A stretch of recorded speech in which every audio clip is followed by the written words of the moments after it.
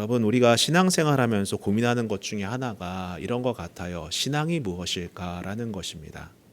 사실 저도 이제 사역을 해오면서 늘 고민하는 내용 중에 하나였지만은 과연 신앙은 무엇일까? 우리가 예배 생활을 한다고 하고 교회 생활을 한다고 하는데 과연 신앙이라는 게 어떤 것인가라는 그러한 의문을 가질 때가 많이 있었습니다. 근데 적어도 교회 생활하는 것이 신앙생활은 아닌 것 같아요. 그렇지 않습니까, 여러분? 동의하십니까? 교회 생활을 한다는 것만으로 그것이 신앙생활이다라고 정의 내리기는 좀 어렵지 않을까 해요. 과연 신앙은 무엇인가라는 것, 특히 이제 이 신앙에 대해 다양하게 정의 내릴 수 있겠지만은 저는 개인적으로 하나를 꼽자면은 구별됨을 인정할 줄 아는 것이 아닐까 해요. 구별됨을 인정할 줄 아는 것. 제가 늘 강조하는 내용이지만은 아마 저와 함께 신앙생활 해오신 분들은 계속 들어온 내용이실 거예요. 하나님의 영역과 나의 영역을 구별할 줄 아는 것, 구분할 줄 아는 것이 바른 신앙이다라고 정의 내릴 수 있다는 것입니다. 자신의 한계를 망각하고 하나님의 영역을 인정하지 못해서 야기되는 많은 문제들이 있습니다. 그렇지 않습니까, 여러분? 오늘 출애굽기에 등장하는 바로만 하더라도 재앙을 겪으면서 그의 고집을 꺾거나 굽히지 않은 이유가 무엇이겠습니까? 일단은 하나님을 제대로 모르는 거죠. 하나님을 인정하지 않으려 했기 때문입니다. 그저 하나님을 그동안 자신들이 섬겨왔던 우상들처럼 그분과 거래를 하거나 그분을 적당히 속여서 달래거나 타협할 수 있는 그러한 존재로 착각했기 때문 아니겠습니까? 이 땅에 있는 많은 사람들이 그런 착각을 하고 살고 있어요. 무당을 찾아가고 사주를 보고 타로를 치고 하는 이유가 무엇이겠습니까? 다 그런 이유 아니겠습니까? 어떤 신적인 존재가 있긴 한 것 같은데 내가 그 신의 뜻에 따르기보다는 뭐예요? 내가 그 신과 거래를 하거나 타협을 하거나 달래거나 해서 내가 원하는 것을 이루겠다라는 것 아니겠습니까? 그리고 또 무엇 때문입니까? 자기 자신을 과신했다라는 거예요. 자기 자신을 과신했다라는 것입니다. 그렇죠? 그럴 만도 하겠습니다. 애굽이라는 그 당시 거대 제국에서 통치자로 모든 것이 자기 의지와 자기 뜻대로 움직일 수 있을 것이라 여겼지만은 그건 여러분 그도 역시 한낱 연약한 인간이라는 점을 망각했기 때문에 나왔던 오판이었다는 거예요. 아무리 권력을 갖고 있어도요, 여러분 다 할 수 있는 게 아닙니다. 다 할 수 있는 게 아니에요.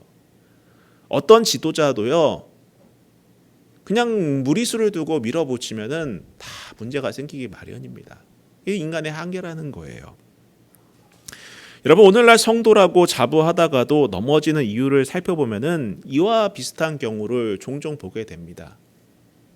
하나님을 하나님으로 인정하며 그분의 영역을 내어드리고 또 내가 결단하고 선택해야 할 부분은 결단해야 하는데 오히려 내가 할 의무는 하나님께 떠넘기고 반대로 내가 할 수 없고 하나님께 맡겨야 할 것들을 내가 할 것으로 착각하고 움켜쥐고 고민하다가 넘어지는 것들이 얼마나 많습니까? 결국 바로의 이런 완고함으로 재앙의 범위가 확대되는 것처럼 우리의 삶도 그러다가는 어떻게 됩니까? 망가지기 일수라라는 거예요.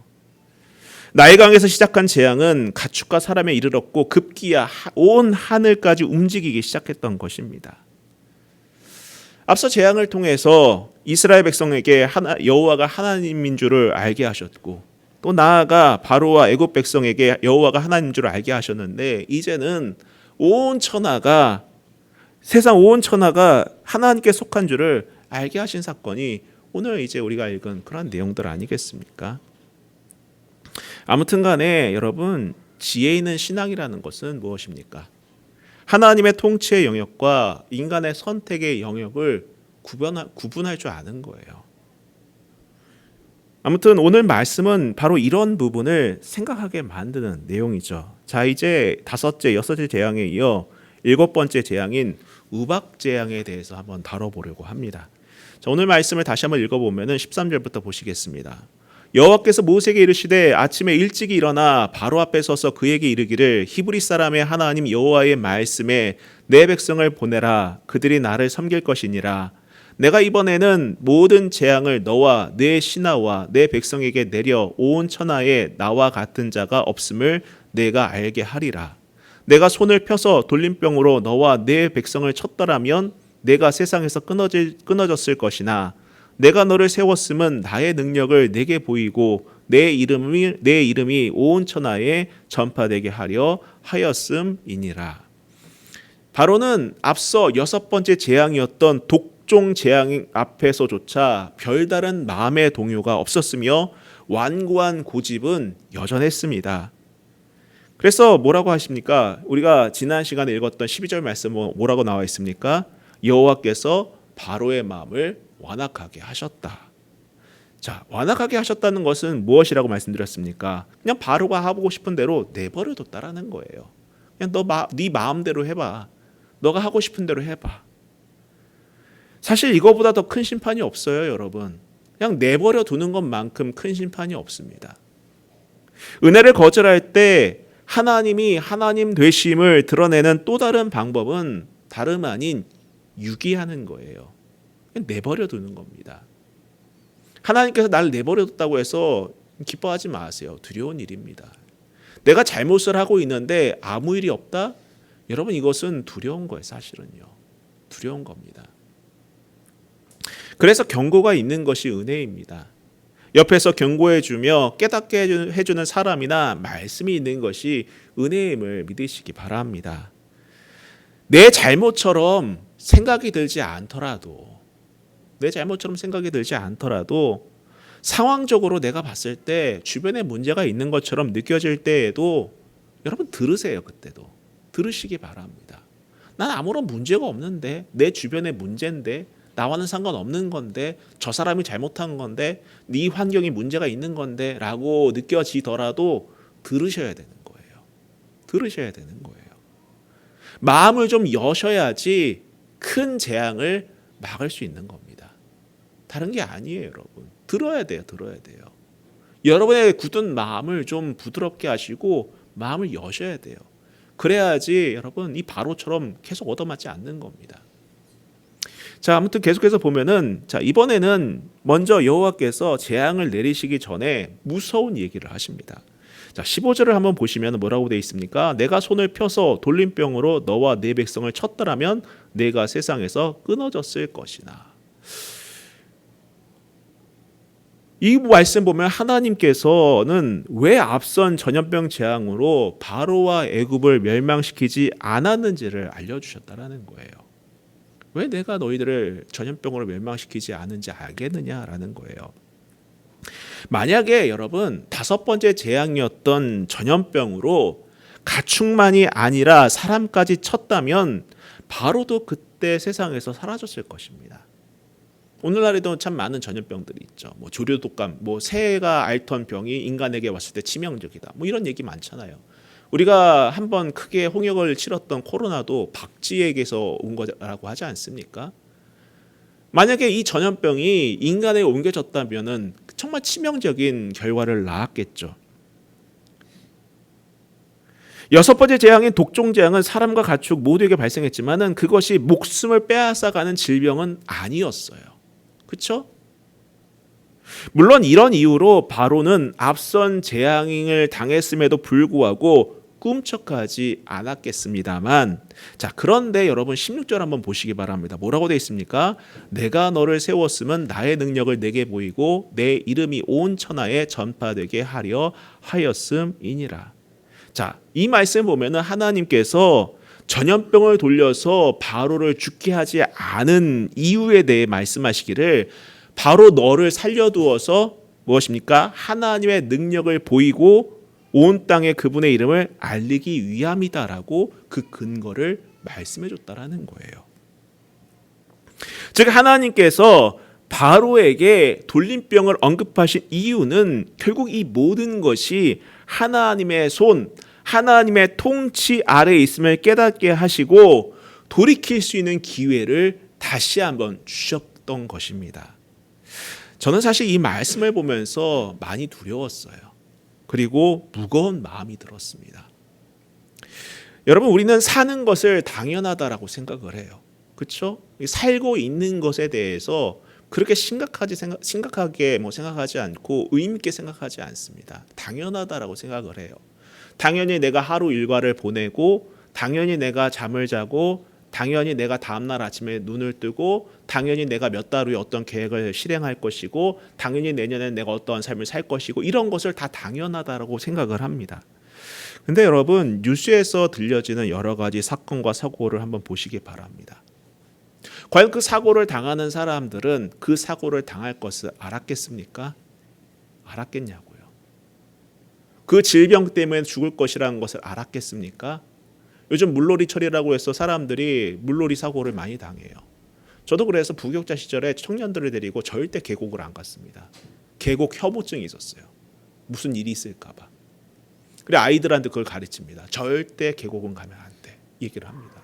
근데 그런 경고에도 불구하고 세상을 뉴스를 보면은 계곡에서 죽는 사람들이 나와요. 얼마 전에는 이제 물 있는데 밑에 배수로 큰 1m짜리 지름의 배수로가 있었대요. 거기 쑥 성인 남자, 건강한 남자가 지나가다 미끄러졌는데 그 안으로 들어가서 죽은 거예요. 여러분, 사는 게 당연한 게 아니에요, 여러분. 우리가 호흡하며 살아가고 있는 것에 대해서 당연하다고 생각하지 마십시오. 근데 여러분, 오늘 이 말씀을 보면은요, 죽고 사는 영역이 내 영역이 아니라 하나님의 영역이라는 것을 깨닫게 된다라는 것입니다. 삶이라는 것이 내 영역이 아니다라는 거예요. 요즘 심심치 않게 100세 시대라는 말을 듣습니다. 저마다 사람들은 말해요. 100세 시대다라고 얘기를 합니다. 근데 여러분, 과연 100세까지 사는 사람들이 얼마나 되겠습니까? 여러분은 100세까지 살 거라고 확신을 하십니까?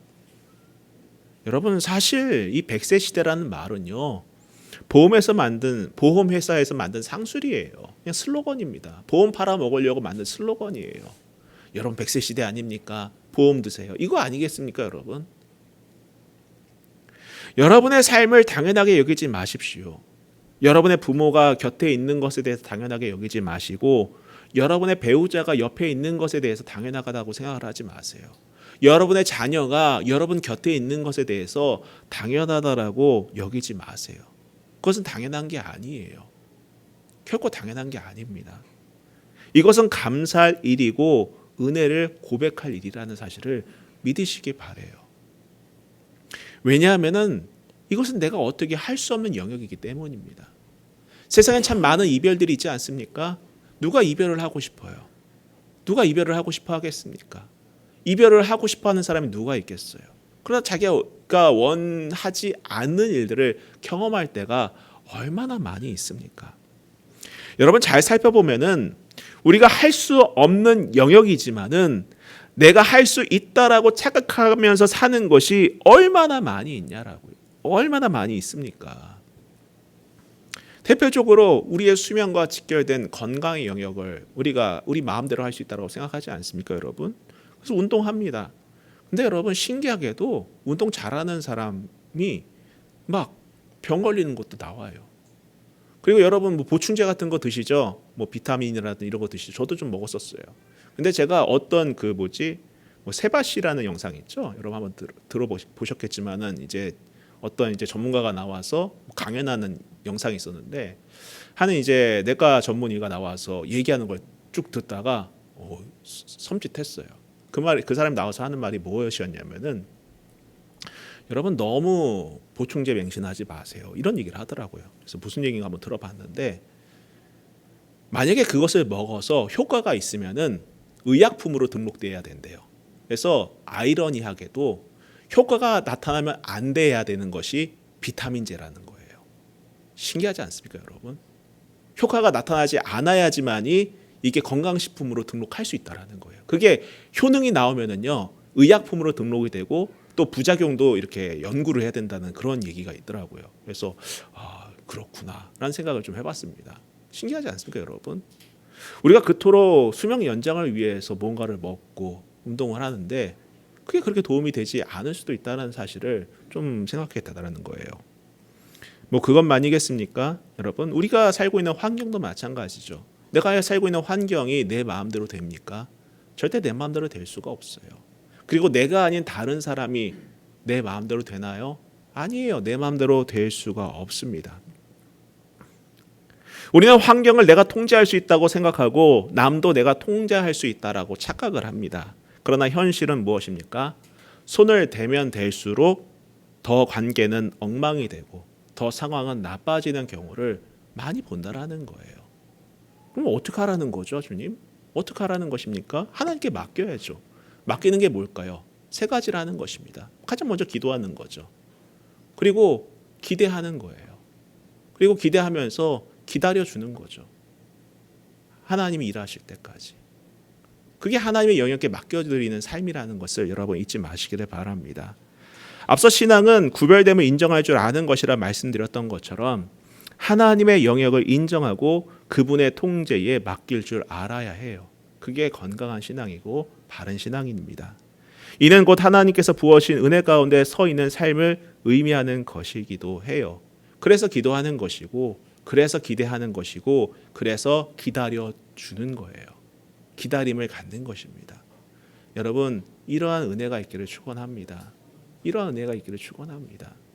내가 내 영역이 아닌 것 때문에 고민하니까는 스트레스 받는 것이고, 그것 때문에 힘든 것이고, 그것 때문에 밤잠 설치는 것이고, 그것 때문에 병드는 거예요. 하나님의 영역은 그분께 막 넘겨드리는 겁니다. 기도하세요. 그리고 기대하세요. 하나님께서 어떤 일을 하실지 기대하시고 그때까지 기다려야 되는 거예요.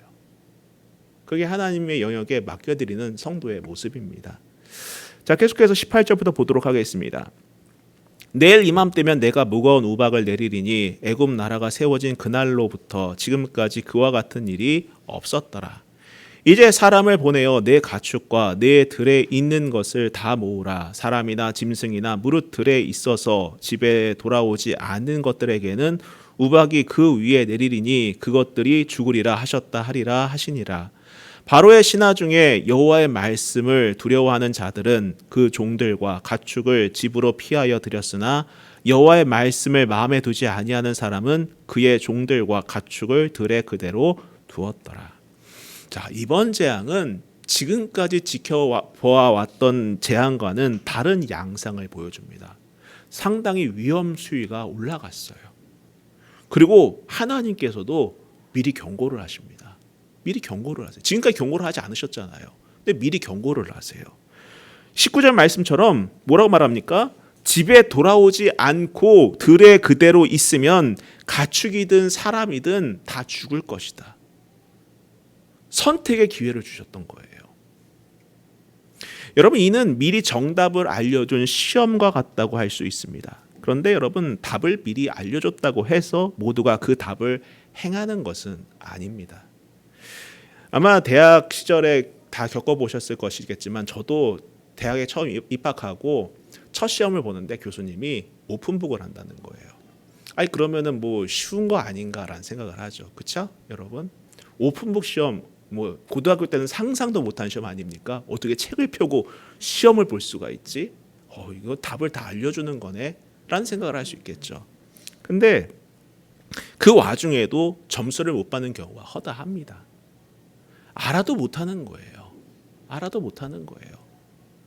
어디에 있는지 모르니까는 알아도 못하는 거예요. 이미 다 오픈해주고 답을 다 알려줬는데도 불구하고 하지 않는 사람들이 있다는 거죠. 왜 답을 알아도 하지 않는 것입니까? 여기서 우리는 개개인의 선택의 영역을 볼 수 있다라는 거예요. 바로 내가 해야 할 영역, 선택의 영역을 보게 되는 것입니다. 앞서 하나님의 영역과 나의 영역을 구별해야 된다고 말씀을 드리지 않았습니까? 자, 그러면 나의 영역은 무엇일까요? 내가 해야 될 것은 무엇입니까? 바로 우리가 해야 하는 매 순간의 선택들이라는 거예요. 그것이 나의 영역인 것입니다. 내가 해야 할 일은 바로 그것이라는 거예요. 아마 자기 개발에 관심 있는 분이라면은 한 번쯤은 들어봤을 법한 이야기를 좀 해보려고 합니다.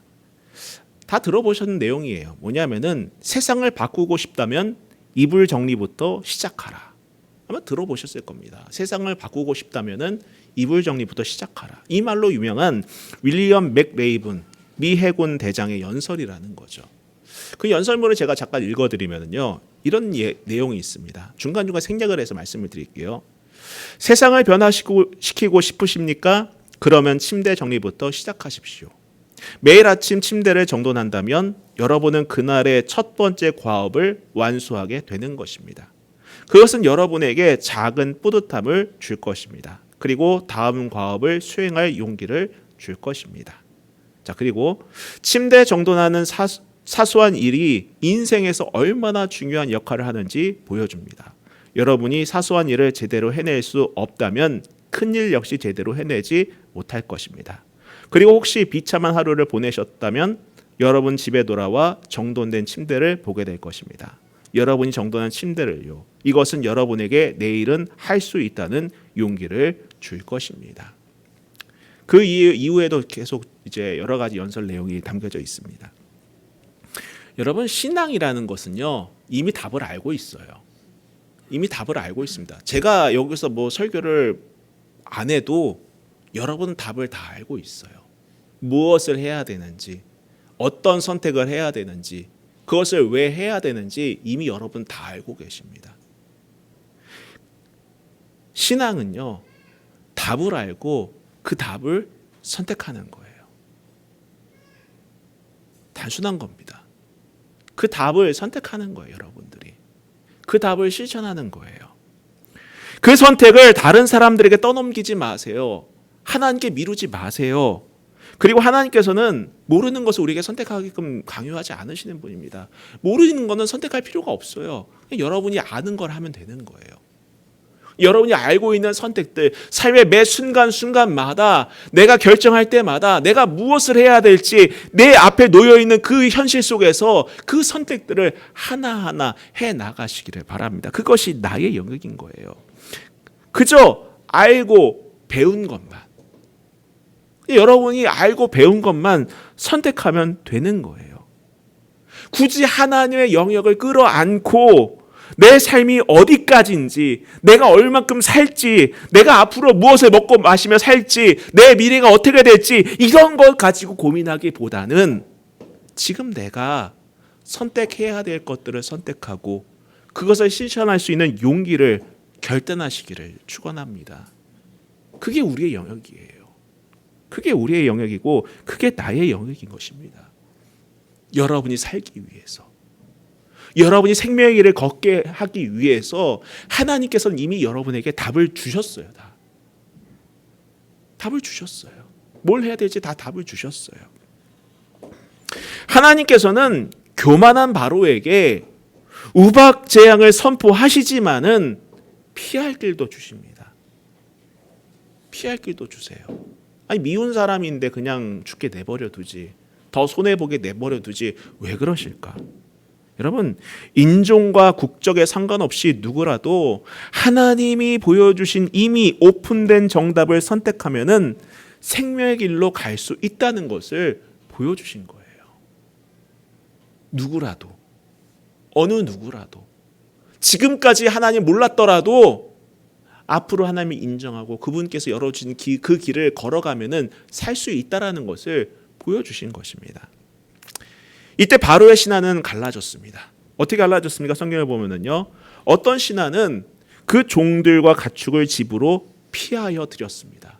하나님의 음성에 귀를 기울였고 그 열린 답을 선택을 했다라는 거예요. 이미 열려지고 모두에게 알려진 그 답을 선택한 겁니다. 그러나 어떤 사람이 또 있었습니까? 여호와의 말씀을 그 마음에 두지 아니한 그 신하들, 이미 알려진 답을 선택하지 않고 그냥 내 마음대로 할래, 내 감정대로 할래, 내 고집대로 할래 했던 그 신하는 어떻게 합니까? 그 재산들을 들에 그냥 두어버렸다라는 거예요. 여러분, 그러고 보면은 재앙은 몰라서가 아니라 아는데도 순종하지 않고 아는 것을 선택하고 실천하지 않아서 겪게 되는 경우가 대다수인 것 같습니다. 성도 여러분, 나의 영역에 대한 선택을 확실하게 할 수 있기를 축복합니다. 하나님께 여러분의 시선을 고정하고 그분의 음성에 귀를 기울이시면서 여러분의 감정에 따라 선택을 하는 것이 아니라 여러분의 기분에 따라 선택하는 것이 아니라, 여러분의 고집에 따라 선택하는 것이 아니라 해야 할 것들을 선택을 하세요. 바른 길을 선택을 하세요. 열려져 있는 그 답을 선택할 수 있기를 축복합니다. 자, 27절 또 보도록 하겠습니다. 바로가 사람을 보내어 모세와 아론을 불러 그들에게 이르되 이번은 내가 범죄하였노라. 여호와는 의로우시고 나와 나의 백성은 악하도다. 여호와께 구하여 이 우레소리와 우박을 그만 그치게 하라. 내가 너희를 보내리니 너희가 다시는 머물지 아니하리라. 바로는 처음으로 자신과 자기 백성들의 죄악을 인정하고 이스라엘 백성들을 보내줄 것을 약속을 합니다. 바로는 진짜 회개한 것일까요? 이 정도 당했으니까 이제 깨달았고 정말 이제 돌이키고 이제 하나님 뜻에 순종해야겠다 한 것일까요? 우리가 지난 주 중에 묵상했던 예레미야 37장 내용이 떠올랐습니다. 어떤 내용이었습니까? 예레미야 37장을 보면은 예레미야 계속해서 이제 바벨론에 대한 심판을 말을 했었고 그것에 대해서 인정하고 수긍해라라고 말을 했죠. 근데 이제 아무도 그것에 대해서 귀를 기울이지 않았어요. 듣기 좋은 말, 행복한 말, 즐거운 말만 들으려고 했습니다. 달콤한 말만 들으려고 했다라는 거예요. 근데 급기야 이제는 바벨론이 군대를 동원해서 예루살렘을 에워쌌죠. 그러자 시드기야는 예레미야에게 기도를 부탁합니다. 제발 우리를 위해서 기도 좀 해달라. 우리를 구원해달라. 기도해서 좀 이 상황을 벗어나게 해달라. 근데 때마침 어떤 일이 벌어졌습니까? 애굽의 군대가 일어났습니다. 애굽의 군대가 일어나니까는 당연히 그 당시 양강대국이었던 애굽과 바벨론이 서로 이제 군사적인 충돌을 일으킬 수 있으니까는 이거 뭐지 하고 바벨론이 군대를 뺐다라는 거예요. 근데 이스라엘 입장에서는 이것을 뭐라고 생각한 것입니까? 별거 안 했는데 상황이 나아졌네. 내 문제가 해결됐네. 이제 앞으로 괜찮아지겠지라는 착각을 했다라는 거예요. 그리고 이 재앙이 사라지자 이내 어떻게 합니까? 원래대로 돌아옵니다. 원래 모습으로 돌아온다는 거예요. 우리가 그것이 지난 수요일 금요일에 묵상했던 바로 예레미야 37장 내용 아니겠습니까? 바로도 마찬가지입니다. 당장 위기를 모면하기 위해서 자신과 자기 백성의 죄를 인정하고 이스라엘 백성들을 보내줄 것을 약속했지만 재앙이 사라지자 어떻게 합니까? 이내 약속을 철회합니다. 언제 그랬냐는 듯이. 여러분, 이러한 비열한 모습은 하나님께서 기뻐하지 않으십니다. 당장 위기를 어떻게 모면하고자 하여서 납작 엎드리고 아이고 하나님 했다가 그 문제를 해결받고서는 언제 그랬냐는 듯이 세상으로 돌아간다면 여러분 그것처럼 어리석은 행동이 없습니다. 진정으로 회개하시고 진정으로 하나님께 엎드리고 진정으로 돌이킬 수 있기를 축복합니다. 자, 그런데 이런 모습은 모세도 예상을 했다는 거예요. 30절을 보세요. 그러나 왕과 왕의 신하들이 여호와 하나님을 아직도 두려워하지 아니할 줄을 내가 아나이다. 모세도 알고 있었던 것입니다. 근데 참 재미난 것은 이제 모세도 어떻게 합니까? 참 마음이 단단해진 것 같아요. 어느새 우리는 이 말씀을 읽어가면서 예전의 모세의 모습을 잊어가고 있어요. 그렇죠? 겁쟁이고 두려워하고 소심했던 모세의 모습을 잊어갑니다. 어떻습니까? 이제 모세는 바로가 받을 심판이 남아있음을 알고서 하나님을 두려워하지 않고 여전히 거짓을 일삼는 바로를 보고서도 낙심하지 않는다는 거예요. 낙심하지 않아요. 여러분, 세상으로부터 여러분이 속임과 배신을 당했더라도 세상은 원래 그런 것이겠거니 라고 생각하면서 여러분, 여러분의 절망에서 일어나 다 보고 알고 계신 하나님께 맡겨야 되는 거예요. 세상을 탓할 필요가 없어요. 세상은 원래 그런 곳이에요. 여러분을 배신하고 거짓말로 종용하고 약속을 밥 먹듯이 깨고 그게 세상입니다. 여러분, 세상 너무 의지하지 마세요. 저도 그런 것을 겪어봤기 때문에 얘기하는 거예요. 사람의 약속만큼 여러분 허무한 게 없습니다. 약속받고 움직였는데 그 약속 깨는 경우가 얼마나 많습니까? 근데 그것 때문에 여러분 너무 상처받지 마세요. 어떻게 해야 됩니까? 그때 이 상황을 다 알고 계신 하나님한테 맡겨드리는 거예요. 그것 역시 하나님의 영역이기 때문에 그분께 맡기고 기도하고 기대하고 기다리는 거예요. 자, 34절부터 읽고 마치도록 하겠습니다. 바로가 비와 우박과 우레소리가 그친 것을 보고 다시 범죄하여 마음을 완악하게 하니 그와 그의 신하가 꼭 같더라. 바로의 마음이 완악하여 이스라엘 자손을 내보내지 아니하였으니 여호와께서 모세에게 말씀하신과 같더라. 참 바로를 보면은 답답하죠, 여러분. 나중에 파멸을 당하고 때늦은 후회를 하고서야 그나마 꺾일까 하는 그 완고하게 이를 데 없는 고집불통이라는 거예요. 우리에겐 이런 고집이 좀 없었으면 좋겠습니다. 눈앞의 어려움을 모면하려는 임시 방편으로서의 회개가 아니라 여러분 소신으로 위장된 고집의 탈을 벗는 것이 진정한 참회의 시작이 아닐까요? 여러분 마음 안에 있는 그 고집 불통을 좀 깨트려 버리세요.